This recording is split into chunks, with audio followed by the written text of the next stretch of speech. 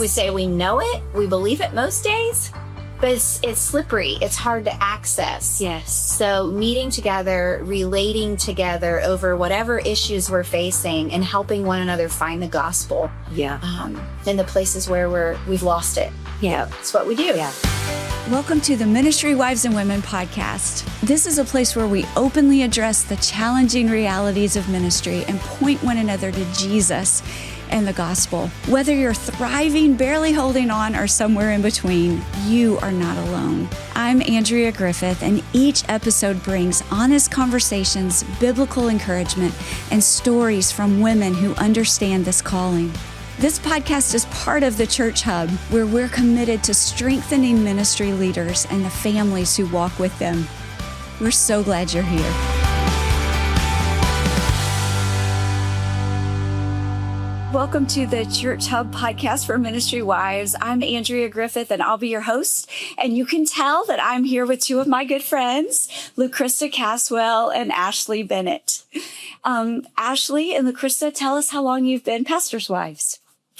Our church is 20 years old, and we've been married 30 years and been in ministry that whole time. So a long time. Yes, 30 years. Yeah. We planted a church 17 years ago this October, but we have been married 28 years and been in ministry all of those years. Wow. Yeah. Sounds very similar to us. Trent and I have been married 30 years, and we've been in ministry that whole time. Yeah. We planted a church in 2008, and we're planting again. A second time. A second time. Yes. And really, I think because of you guys, I have found the best thing that's ever happened to me in ministry. Such a strong statement. Well, I mean it. I mean the words behind that. So I don't know what year, I should figure that out, but 1 year online, I found a ministry called Parakaleo. Mm-hmm. And I know that you guys have been a part of that ministry for a very long time. So just tell us first how you got involved with Parakaleo. Mm-hmm. And then in a minute, we'll talk about what it is. So tell us a little bit about how you got involved. Yeah. So I said we planted our church 2008, 17 years ago. Well, the few years prior to that, we were meeting as a core group and preparing to plant. And part of that preparation in our denomination is to go to a church planting assessment center where you're evaluated and assessed, like, is this a good fit for you? Yes. And the two female assessors that week were Tammy Resch and Sherry Thomas, who are the founders of Parakaleo. Yes. And it happened to be the year that they were launching the Just so it happened. of Parakaleo. Okay. So I don't know church planting without Parakaleo. Wow. We planted that Parakaleo started, and I've gotten to be a part of it ever since. Wow. Mm-hmm. That's amazing. Yes. That's amazing that you had Parakaleo from the very beginning. Absolutely. Yeah. Yeah. How about you, Luchrysta? Well, Ashley brought me into it right after her. So we have the privilege of planting not far away from each other at all. So we're in Florida, Central Florida, and Ashley had gone to an in-person gathering and loved it, and came back kind of wanting to bring that to our area. And so I think probably the next year there was another gathering, and that's the one I came to. And from that one, we decided to try and launch like a local group, a local monthly support group. And we had Mary Lou Strawbridge was our first local group leader. And so the two of us were in her group and as participants, we received and kind of went away and did different things throughout the time. But we had already started planting. We were a couple years in at that point, but all right from the very beginning. And how long have you been teaching Parakaleo? Oh boy, I know I think we started our first local group in 2015. Okay. Where Mary Lou had moved. She was kind of doing the Orlando area. Anyway, so that's 10 years. Yes. 10 years leading. It's been about 10 years. We started off leading and then did some additional training and getting certified and all of that. But all that started in 10 years ago. Wow. That was when we kind of launched. And then now what the Lord has done is that we are Parakaleo Florida network leaders. Yes. So we think for the state of Florida, for women that we hear about that are in church planting, and just we can come alongside them, which I guess. Yes. And so I've only known you guys as leaders, as teachers, and how I discovered Parakaleo I was part of a church planting network, and they partnered with Parakaleo on an online event. And they said they were going to talk to pastors' wives. And so I had, I don't know, maybe 10 staff wives at that time. So I was like, well, I need help, and I bet they do too. So I invited all of them, and we all showed up at our executive pastor's house, and we're all sitting on the couches. And then on the TV, Deneen, the president of Parakaleo now, and another lady who is a teacher came on the screen. And I noticed that every other pastor's wife were sitting really up close in their screen. They only had face shots. And for us, I've got my whole group of 10 women, Oh my gosh, you're such a gatherer is what that is. Well, I just knew I needed help. And I figured if I need help, they do too. Yes. But in that very first call, Emily taught blocked longings. So Parakaleo, as I understand it, has about, if you break it all up, I think Tammy told me we have about 17 tools if you break them into smaller parts. And so one of the tools they taught that night was called blocked longings. And as they taught it and drew it out, I just saw myself. I remember saying, oh Lord, I have been doing all of that. And I've been doing the left turn, and now I'm seeing how I can do the right turn. And just from the very first exposure, I knew I needed it.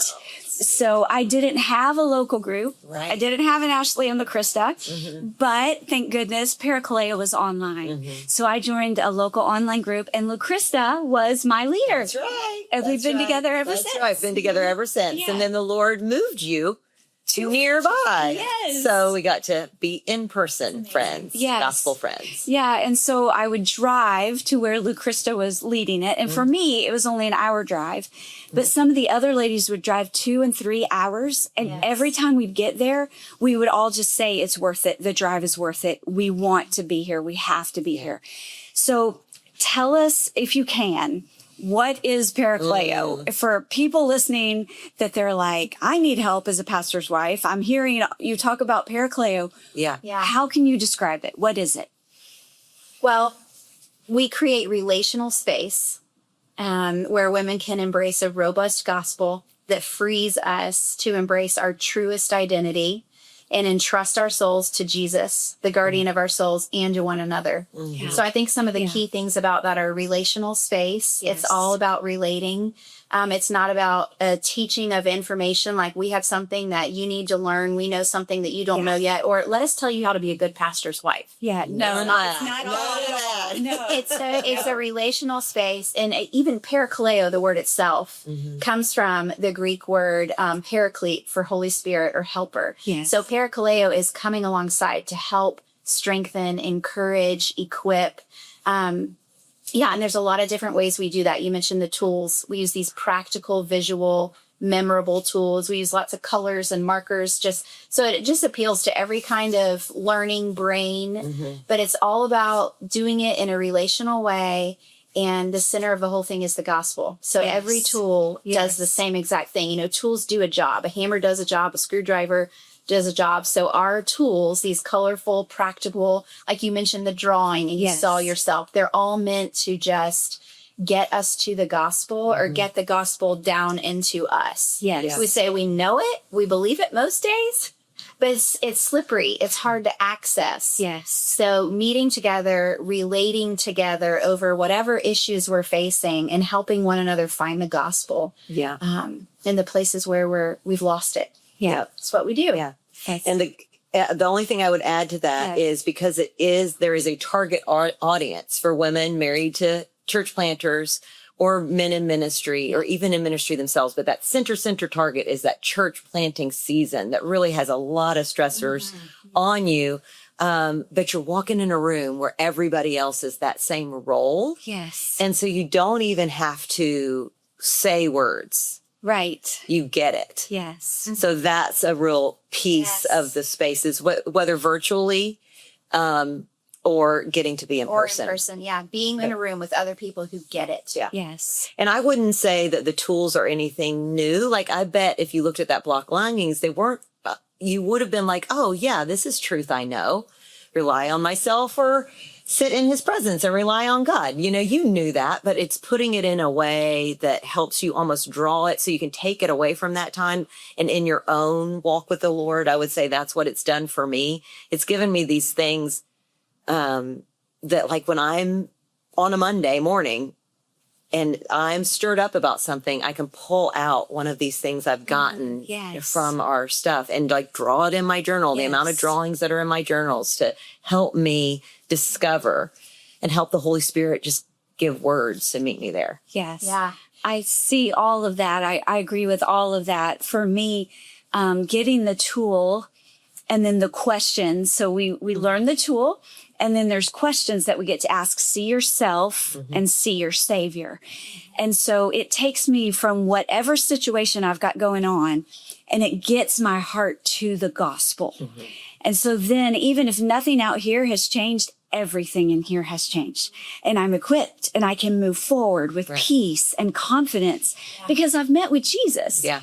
And he changes everything. Yeah. And freedom, peace, confidence, freedom. Like there is no one right way to be a pastor's wife. No. Because we're all, the three of us sitting here are all so different in our giftedness and in our struggles. And so the freedom to bring that fully into our places of ministry comes out of the gospel. One question is, how has being in Parakaleo helped you just feel less isolated? Well, it's funny, when I said I met Tammy and Sherry at my church planting assessment. So before we even planted, so they had retreats back in those days that you would go to in person. And the first one was called the Basic Retreat. Yes. And I went to the second one that they ever held because the first one, they could not talk me into leaving my kids. And I also said things like, I don't need Parakaleo. Yes. I'm very happy and everything's going well. Yeah. And we planted this church with some of our very best friends. Like, I truly felt inside like the ministry existed for people who were really isolated or were really hurting and really struggling. And at that point, I was not those things. Right. So I didn't think it applied. It did not. I went to the second retreat. From retreat one to retreat two, you're like, oh no. Yes.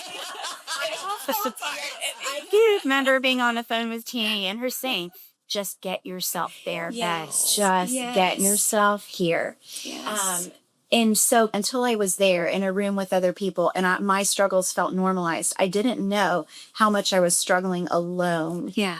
I think, we say all the time, there's so much ambiguity about our role.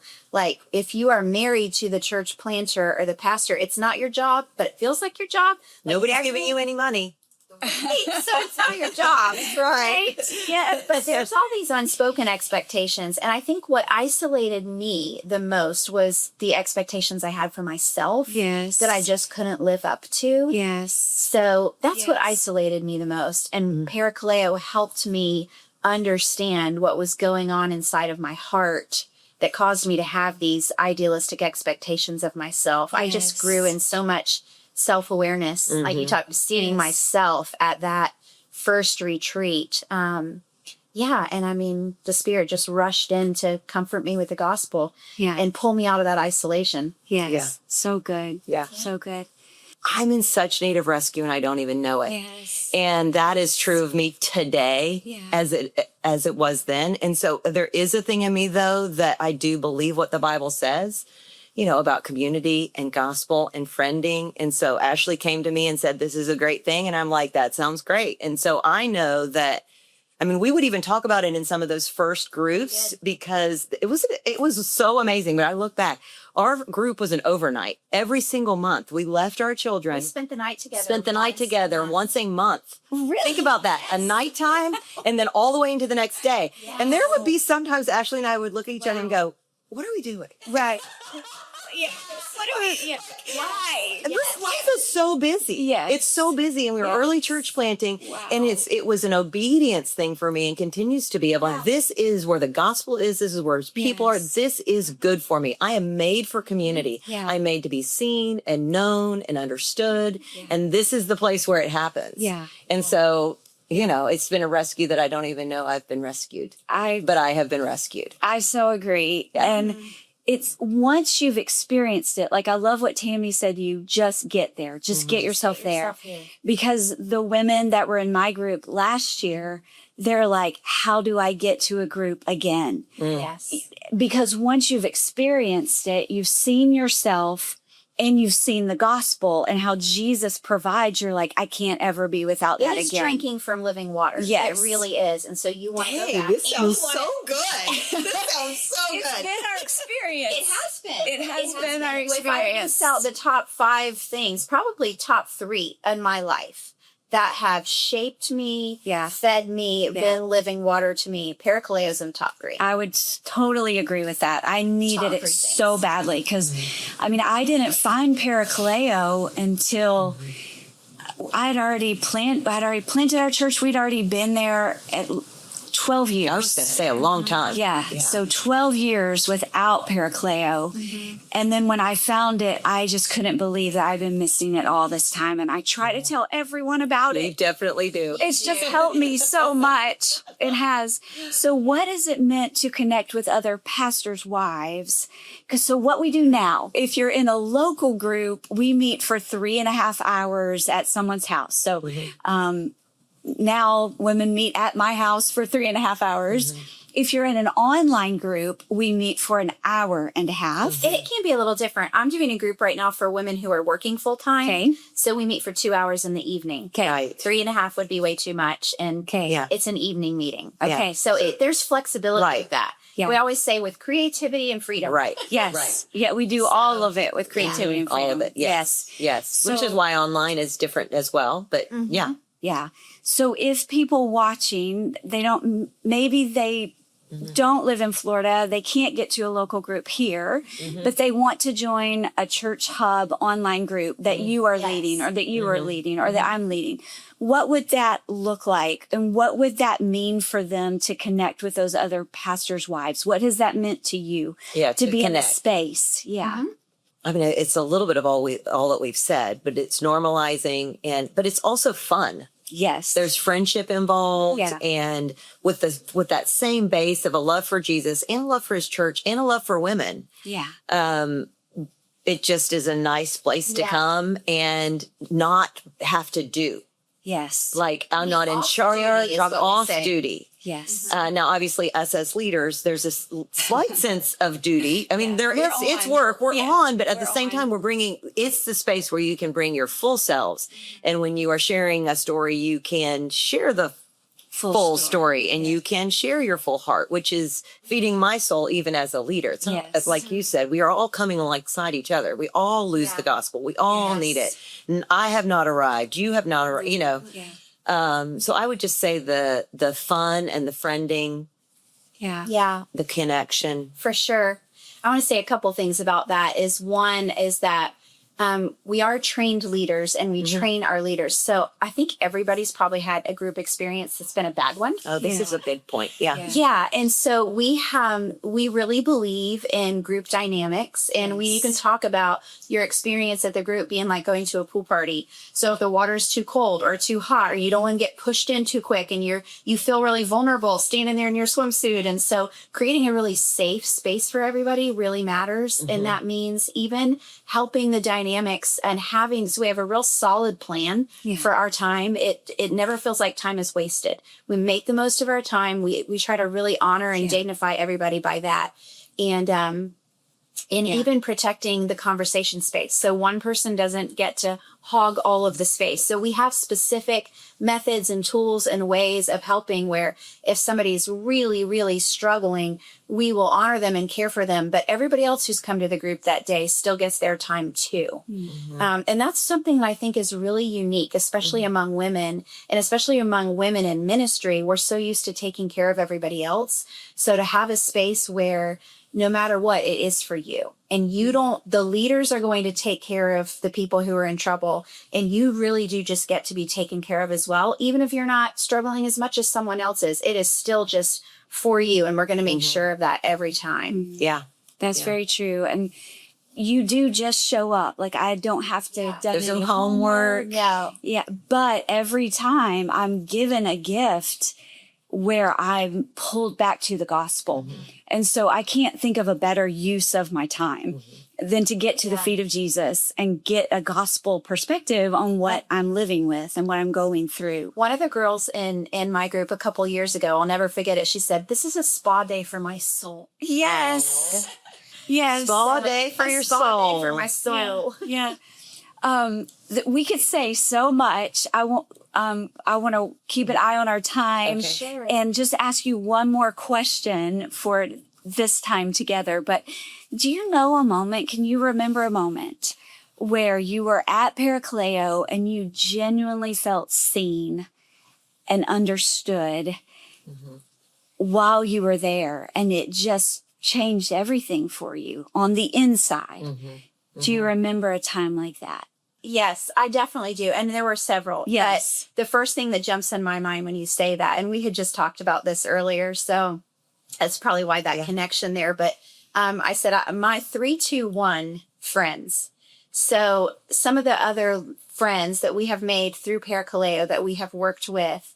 So at a kind of a work retreat where we were together, we went out on a boat together. See, we said Parakaleo is fun. We went on a boat together, and Luchrysta, who's such the adventurer, she says, "Does anybody want to jump off some cliffs?" And my hand was the first one that shot up. Me, yes, that sounds so fun. So we get over there, and we're in the boat, and I'm looking up at this cliff. First of all, I'm like, that's a little bigger than I thought.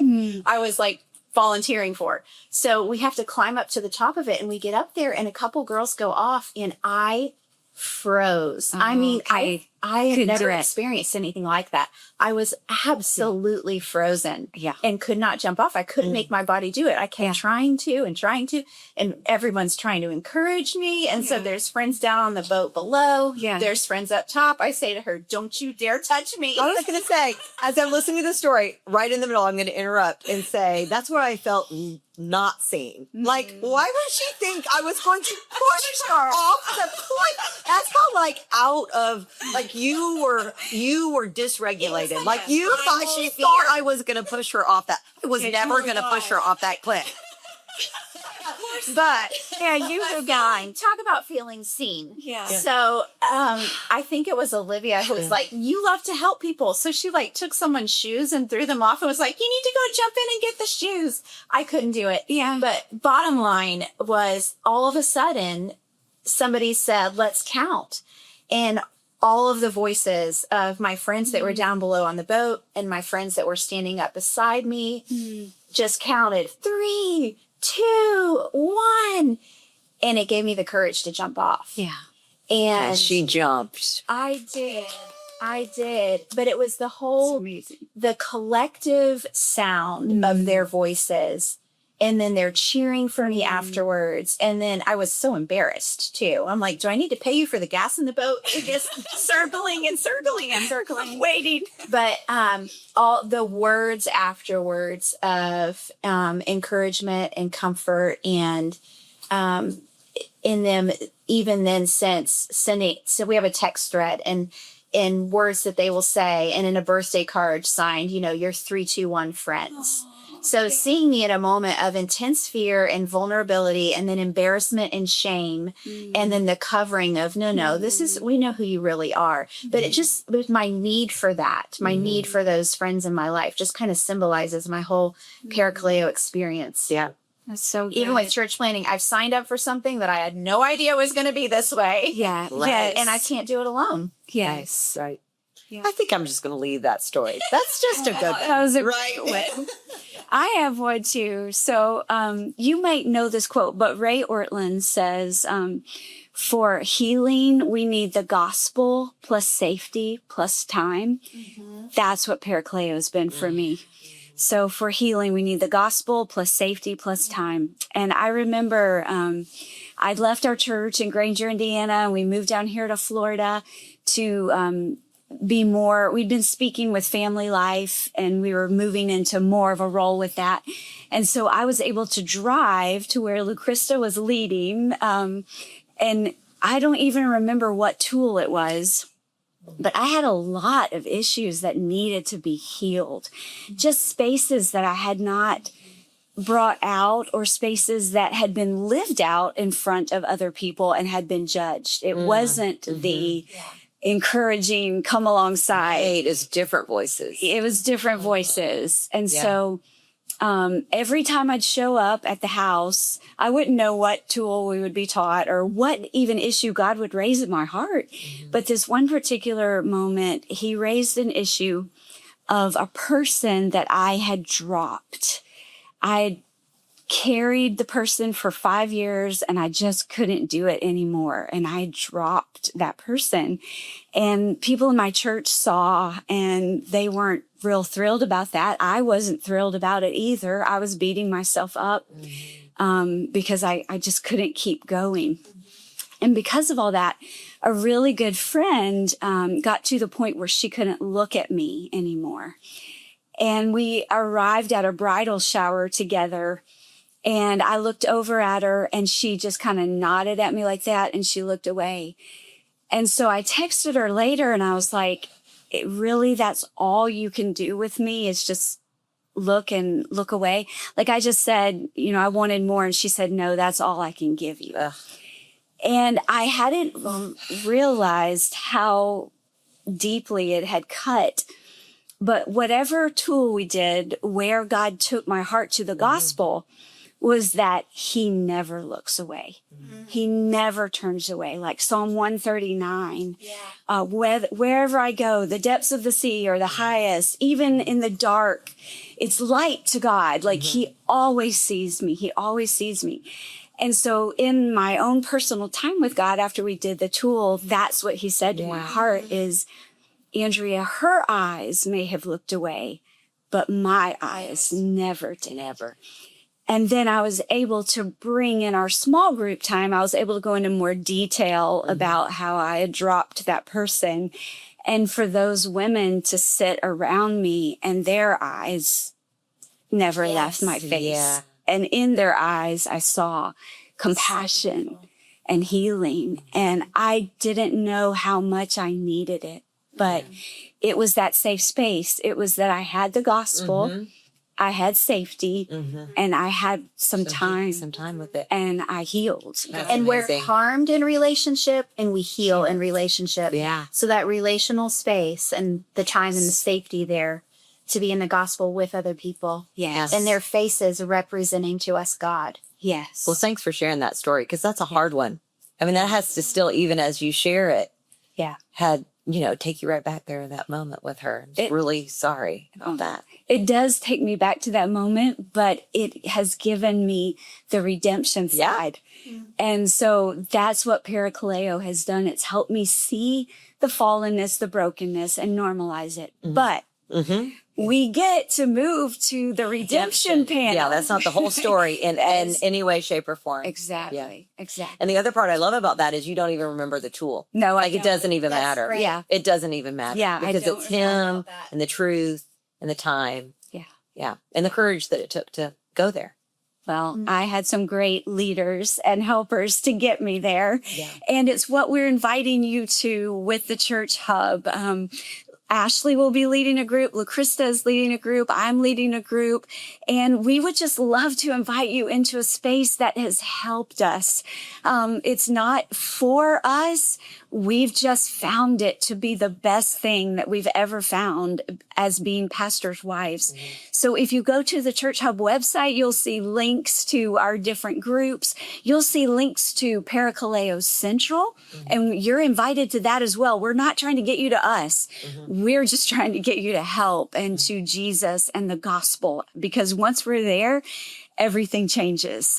He heals, he solves, he shows us the redemption that he brings, that he alone brings when we're living in our brokenness and the fall. So thank you so much for being part of this podcast. We'll probably continue this and maybe have one more where we talk a little bit more about what these groups are and what they bring to your life. So thank you for being a part and listening today.